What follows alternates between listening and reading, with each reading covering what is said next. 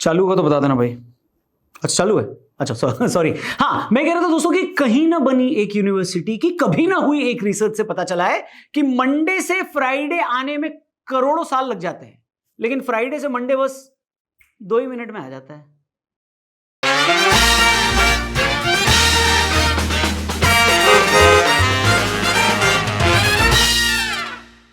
तो इससे पहले कि फ्राइडे से मंडे आ जाए और आपका मूड फिर से अपने बॉस की शक्ल देखकर खराब हो जाए, आपका वीकेंड चलिए बढ़िया बनाते हैं और आपको देश और दुनिया की कुछ वायरल खबरें बताते हैं। शुरू करते हैं वायरल बात मेरे यानी रौनक के साथ। नमस्ते एंड वेलकम। एक्शन। सूत्रों के हवाले से खबर आ रही है कि कांग्रेस ने इंडी अलायंस कर दी है। क्या कर दी है?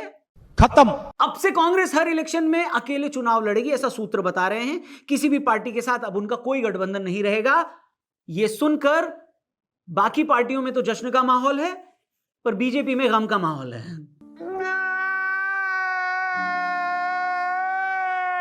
खैर, मेरे को यह समझ में नहीं आता कि ये इंडी अलायंस को कांग्रेस ने कैसे खत्म किया। सामने वाली पार्टियों को यह आइडिया क्यों नहीं आया? मतलब पूछ रहे हैं बस। हम्बा हम्बा रंबा रंबा कंबा कंबा। अच्छा, कांग्रेस में इस वक्त एक और कलह मची हुई है इस बात को लेकर कि शशि थरूर जी ने प्रधानमंत्री जी के भाषण की तारीफ कर दी।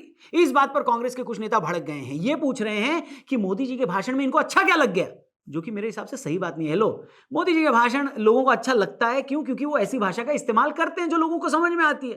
प्रॉब्लम तो तब है जब कोई शशि थरूर जी के भाषण की तारीफ कर दे, क्योंकि उनकी अंग्रेजी डिकोड करना किसी के बस की बात नहीं है। अंग्रेज भी खुद अंग्रेजी सीखने शशि थरूर जी के पास ही आते हैं।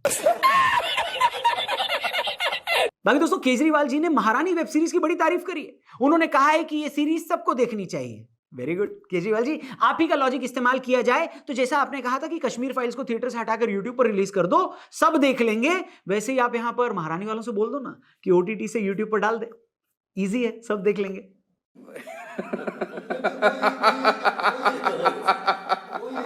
दोस्तों, डॉक्टर्स का यह कहना है कि दिल्ली का पोल्यूशन हमारे जोड़ों के दर्द के लिए भी खतरनाक है और इससे आर्थराइटिस का खतरा है। क्या यार, मैं सारे डॉक्टर्स से यह अपील करूंगा।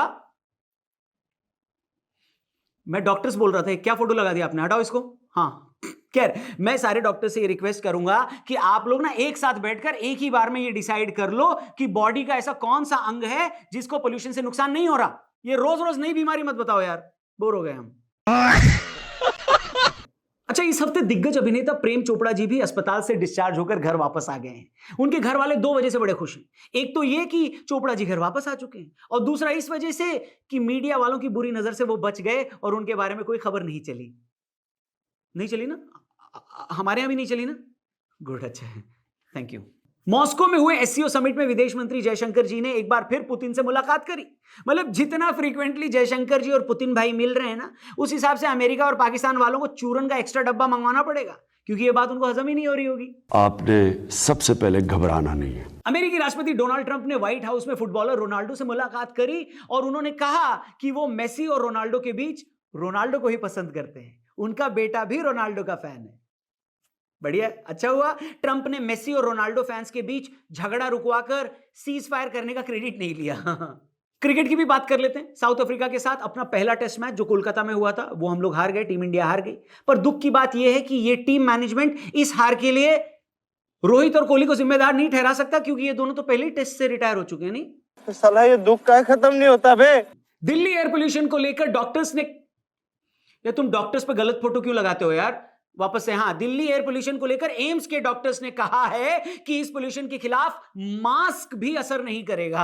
अच्छा भगवान जी, हे प्रभु, आप दिल्ली वालों का ऐसा इम्तिहान क्यों ले रहे हो? इस इम्तिहान का तो हमने फॉर्म भी नहीं भरा था, प्लीज। क्या बात है सर, क्या बात है सर। अच्छा, नॉर्थ इंडिया वालों की दिक्कत भी आप देखिए कितनी सारी है। एक तो यहां पर पोल्यूशन इतना है, ऊपर से जब देखो तब भूकंप आता रहता है। आदमी थोड़ा बहुत अच्छा फील करने लगता है, सडनली उसको रियलाइज होता है कि अरे हमारे पड़ोस में बगल में पाकिस्तान है, फिर ये सोचकर मूड खराब हो जाता है। लेकिन फिर ये सोचकर भी मूड बहुत लोगों का अच्छा हो जाता है कि अच्छा हुआ 1947 में हमारे दादाजी सही ट्रेन में बैठे थे, उधर होते तो पता नहीं कितनी बेइज्जती होती, या शायद होते ही नहीं अब तक। वेल, इससे पहले कि हम लोग पाकिस्तान की बात करें, एक स्टोरी सुनाता हूं आपको। पाकिस्तान का इस्लामाबाद शहर की धूल भरी सड़क, और सड़क पर बैठा एक भिखारी जो शॉल पहनता था वो भी फटी होती थी। आने जाने वाले लोग उसे थोड़े पैसे देकर चले जाते थे, क्योंकि लोगों के लिए वो सिर्फ भिखारी था, सिक्के इकट्ठा करता था और इस्लामाबाद की गलियों में भटकता रहता था। लेकिन उस फटी शॉल और मुरझाए हुए चेहरे के पीछे एक ऐसा दिमाग था जो ऑलरेडी इंटेलिजेंस ब्यूरो में काम कर चुका था, सिक्किम जैसे इंपॉर्टेंट मिशन को अंजाम दे चुका था, जिसकी वजह से सिक्किम आज भारत का हिस्सा है। वो इंसान कोई और नहीं बल्कि वो थे अजीत डोवल।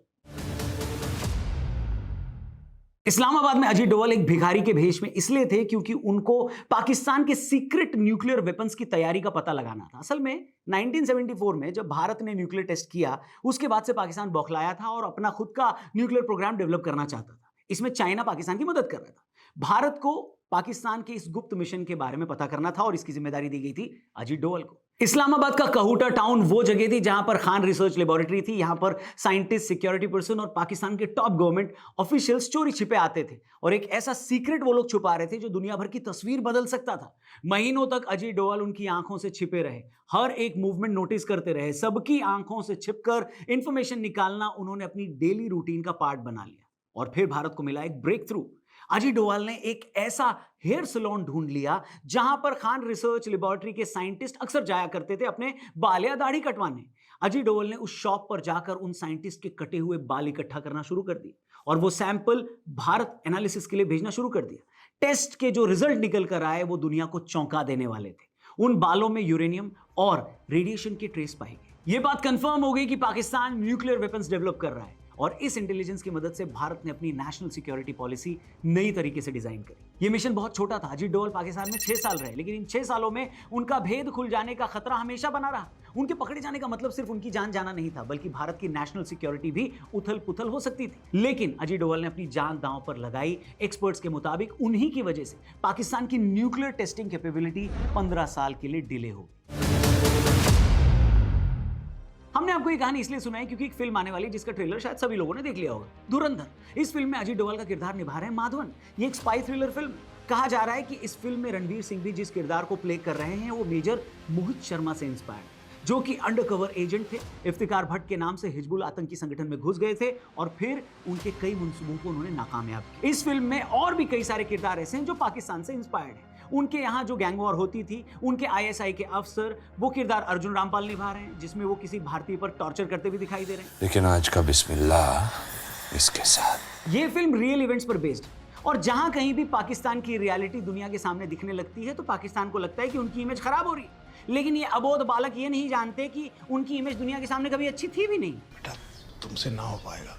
चलो, इंडिया वालों को तो आप लोग अपना दुश्मन मानते हो, लेकिन दुबई वालों ने तो इनको वीजा देना बंद कर दिया है। सऊदी ने अपने यहां से 5000 भिखारी वापस पाकिस्तान डिपोर्ट कर दिए इसी साल। ये बात मैं खुद नहीं बना रहा हूं, खुद पाकिस्तान के इंटीरियर मिनिस्टर और ट्रॉफी चोर मोहसिन नकवी ने पाकिस्तान की पार्लियामेंट में बोली है ये बात। और सिर्फ सऊदी ने, Iran, Malaysia, Iraq, Oman, Qatar, United Arab Emirates ने पाकिस्तान के भिखारियों को वापस भिजवा दिया है, क्योंकि ये लोग पाकिस्तान से वीजा लेकर इन देशों में जाकर भीख मांगते थे। पर भैया, जब पूरा देश और उस देश की सरकार ही भीख मांग रही हो इंटरनेशनल बैंक और अमेरिका वालों से, तो अगर वहां के लोग भी कहीं और जाकर भीख मांग ले तो इसमें कोई हैरानी कैसी? बात तो सही है। पाकिस्तान की भीख मांगने वाली आदत पर हम वापस आएंगे, लेकिन फिलहाल हम जो बात कर रहे हैं वो ये कि पाकिस्तान को लगता है कि बॉलीवुड उनके पीछे पड़ा है, उन्हीं के नाम की फिल्में बनाकर हिट होना चाहता है और पाकिस्तान की इमेज खराब कर रहा है। कौन सी इमेज भाई साहब? यही कि तुम्हारे यहाँ के भिखारी बाकी देश तुम्हारे देश में वापस भेज रहे हैं। Come on. धुरंधर तो चलो फिर भी एक फिल्म है जो कि क्रिएटिव लिबर्टी ले लेगी, लेकिन पाकिस्तान को असल मिर्ची पता है क्यों लग रही है? क्योंकि अजीत डोवल और मेजर मोहित शर्मा जैसे जांबाज जो कि पाकिस्तान की नाक के नीचे से उनकी बैंड बजाकर चले गए,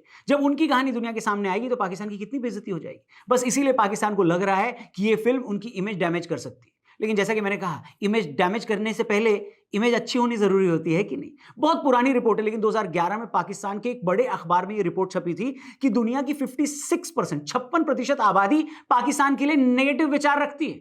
यही रिपोर्ट ये भी बताती है कि दुनिया की 55% आबादी नॉर्थ कोरिया के लिए नेगेटिव विचार रखती है। यानी पाकिस्तान की इमेज नॉर्थ कोरिया से भी घटिया है दुनिया वालों के सामने। बताओ, पाकिस्तान भले ही अपने घर पर ढोल नगाड़े बजवाकर ये बता रही है कि देखो हमने पूरी दुनिया को अपने साथ रखा है, हमारे फील्ड मार्शल आए दिन व्हाइट हाउस में बैठकर दावत खा रहे होते हैं, लेकिन मैं उनको हेनरी किसिंगर का एक कोट याद दिलाना चाहता हूं, जिन्होंने कहा था, it may be dangerous to be America's enemy but to be America's friend is फेटल।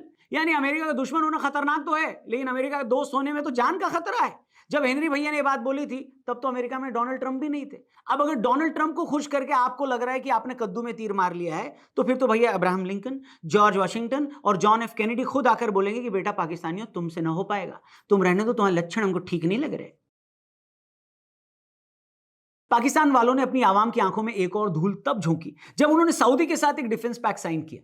यह डिफेंस पैक्ट दिखाकर उन्होंने कहा कि अब भारत हम पर हमला करके तो दिखाए, क्योंकि इस साझेदारी के हिसाब से पाकिस्तान और सऊदी ने यह डिक्लेयर कर दिया था कि अब एक का दुश्मन दूसरे का भी दुश्मन माना जाएगा। एक देश पर हमला दूसरे देश पर भी हमला माना जाएगा। यानी अगर पाकिस्तान पर हमला हुआ तो सऊदी उसको अपने पर हमला मानेगा और पाकिस्तान की हेल्प करेगा। लेकिन इन सारे दावों की पोल तब खुल गई जब पिछले महीने पाकिस्तान और अफगानिस्तान के बीच बॉर्डर पर भयंकर झगड़ा हुआ, हंगामा हुआ। पाकिस्तान ने भी कहा कि भैया हमने अफगानिस्तान पर अटैक किया है, जबकि अफगानिस्तान ने कहा कि हमने पाकिस्तान के 58 सैनिकों को मारा है। मामला इतना बढ़ गया था कि दोनों देशों के बीच बॉर्डर बंद हो गए। इनफैक्ट पाकिस्तान ने अफगानिस्तान के 3 क्रिकेटर्स को भी मार दिया, जिसके बाद मोहम्मद नबी और राशिद खान ने पाकिस्तान की कड़ी आलोचना करी थी। अफगानिस्तान क्रिकेट बोर्ड ने पाकिस्तान के साथ होने वाली एक ट्राई सीरीज से भी बाहर अपना नाम ले लिया, वो हट गए। वो सीरीज अभी चल रही है जिसमें अफगानिस्तान की जगह जिम्बाब्वे को खिलाया जा रहा है। अफगानिस्तान ने यह भी क्लियर किया कि हम पाकिस्तान के साथ कभी भी बायलैटरल सीरीज नहीं खेलेंगे। यानी 2 देश ऑलरेडी पाकिस्तान के साथ कोई बायलैटरल सीरीज नहीं खेलना चाहते और क्रिकेट खेलते ही सिर्फ 10 देश हैं। खैर, कहने का मतलब यह है कि पाकिस्तान के साथ अफगानिस्तान की अच्छी खासी लड़ाई हुई और वॉर लाइक सिचुएशन बनी। लेकिन सऊदी अरब, जिसके साथ पाकिस्तान वालों ने यह करार किया था कि तुम्हारा दुश्मन हमारा दुश्मन होगा, उन्होंने अफगानिस्तान के खिलाफ चल रही इस लड़ाई में एक शब्द नहीं बोला। यानी पहले ही मौके पर वादे से मुकर गए। उल्टा सऊदी अरब ने तो यह भी कह दिया है कि पाकिस्तान और तालिबान को आपस में एक दूसरे से बात करनी चाहिए और इस तरह की लड़ाई नहीं करनी चाहिए। यानी लड़ाई माफ करो, अपने घर को साफ करो। ये बड़ी अच्छी बात कही है। एक बार भी सऊदी अरब वालों ने पाकिस्तान को यह नहीं पूछा कि अरे अभी तो हमारा कॉन्ट्रैक्ट हुआ था, तुमको हमारी हेल्प चाहिए या नहीं चाहिए। सऊदी अरब की फॉरेन मिनिस्ट्री ने तो यहां भी बोल दिया कि भाई दोनों देशों के लोगों को शांति बनाए रखनी चाहिए। पाकिस्तान वालों को पहले समझ जाना चाहिए था कि जो देश उनके भिखारियों को अपने यहां नहीं रखना चाह रहा, वो लड़ाई में उनकी मदद क्यों करेगा। यानी सऊदी अरब वाले पैक्ट का डर दिखाकर जो पाकिस्तान वाले भारत को डरा रहे थे कि अगर हम पर हमला किया तो सऊदी भी आ जाएगा, वो सऊदी अरब अफगानिस्तान की लड़ाई में तो आया नहीं, इंडिया की लड़ाई में क्या ही आ जाएगा। कुछ तो बोलो भाई। इस बीच भारत के army staff general Upendra Dwivedi ji ने भी पाकिस्तान को औकात दिखा दी और क्लियरली एक वार्निंग दी है कि हमसे मिलोगे तो घंटों हिलोगे। क्यों हिला डाला ना। जनरल उपेंद्र द्विवेदी ने पाकिस्तान को वार्निंग देते हुए कहा है कि क्रॉस बॉर्डर टेररिज्म तुरंत से पहले खत्म कर दो, वरना ऑपरेशन सिंदूर में हमने अभी सिर्फ ट्रेलर दिखाया था और ये ट्रेलर 88 घंटे में ही खत्म हो गया। पूरी पिक्चर तो अभी बाकी है। भारत पूरी तरह से तैयार है और अगर पाकिस्तान कोई और गलती करेगा और हमको मौका देगा तो हम उसको दिखा देंगे कि ऐसे बिगड़ैल पड़ोसियों के साथ क्या व्यवहार किया जाता है। जनरल उपेंद्र द्विवेदी ने कहा कि अगर इंडिया के पास कोई बैरंग चिट्ठी आई तो हमें पता है कि जवाब किसको देना है। जनरल साहब उन टेरर अटैक्स के बारे में बात कर रहे थे जिनकी जिम्मेदारी कोई नहीं लेता, लेकिन हमें पता होता है कि वो कौन करवा रहा है। नक्शे पर बने रहना है तो उनको क्रॉस बॉर्डर टेररिज्म बंद करना पड़ेगा, वरना इंडिया वो सब्र नहीं दिखाएगा जो ऑपरेशन सिंदूर के टाइम पर दिखाया गया। और ऐसा नहीं है कि पाकिस्तान का मजाक सिर्फ दुनिया के बाकी देश उड़ा रहे हैं। पाकिस्तान के खुद के अपने लोग पाकिस्तान को ठेंगे पर रखे हुए हैं। वहां का एक देसी हिप हॉप आर्टिस्ट है, नाम है तलहा अंजुम। अब ये मत पूछना कि कौन तलहा, क्यों नहीं जी भाई। खैर आगे बढ़ते हैं। नेपाल में कॉन्सर्ट आदमी कर रहे थे, फिर किसी इंडियन फैन ने उनको भारत का तिरंगा पकड़ाया। तलहा अंजुम ने वो तिरंगा लिया, सम्मान के साथ पहले उसे फहराया और फिर खुद पहन लिया। ये देखकर पाकिस्तानी बड़ा चिढ़ गए। तलहा को बोलने लगे, पहली फुर्सत में निकल, नई जरूरत पाकिस्तान को तेरी। लेकिन तलहा ने इसका जवाब दिया और कहा कि मेरी आर्ट किसी बॉर्डर की मोहताज नहीं है, चाहे जितनी भी कंट्रोवर्सी हो जाए, आगे फिर ये करने का मौका मिलेगा तो मैं ये करूंगा।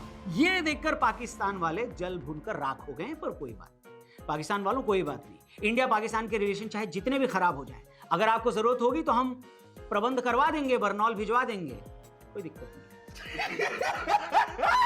नहीं।